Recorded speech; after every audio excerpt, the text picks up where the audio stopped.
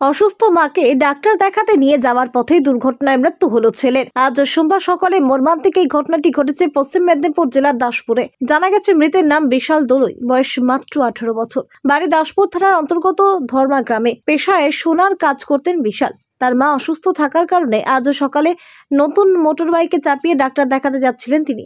যাওয়ার পথে দাসপুরের রবিদাসপুর এলাকায় বাইকের নিয়ন্ত্রণ হারিয়ে একটি তালগাছে ধাক্কা মারে বিশাল। দুর্ঘটনার ভয়াবহতা এতটাই ছিল যে ঘটনাস্থলে মর্মান্তিকভাবে মৃত্যু হয় বিশালের। পরে দাসপুর থানার পুলিশ ঘটনাস্থলে পৌঁছে মৃতদেহটি উদ্ধার করে ময়না তদন্তের জন্য হাসপাতালে পাঠায়। আজকে তার মাকে নিয়ে ডাক্তারখানা গেছিল ভোরবেলা, অ্যাক্সিডেন্ট হয়ে মারা গেছে। এবারে ডেড হয়ে গেছে। আমাদের কি বলা, ছেলেটা কিসের কাজ করে? ছেলেটা সোনার কাজ করে। কয় ভাই? 2 ভাই। বাবার নামটা? বাবার নাম সনাতন দলুই। আচ্ছা, কোথায় অ্যাক্সিডেন্টটা করেছে? ও আমাদের রবিদাসপুরে।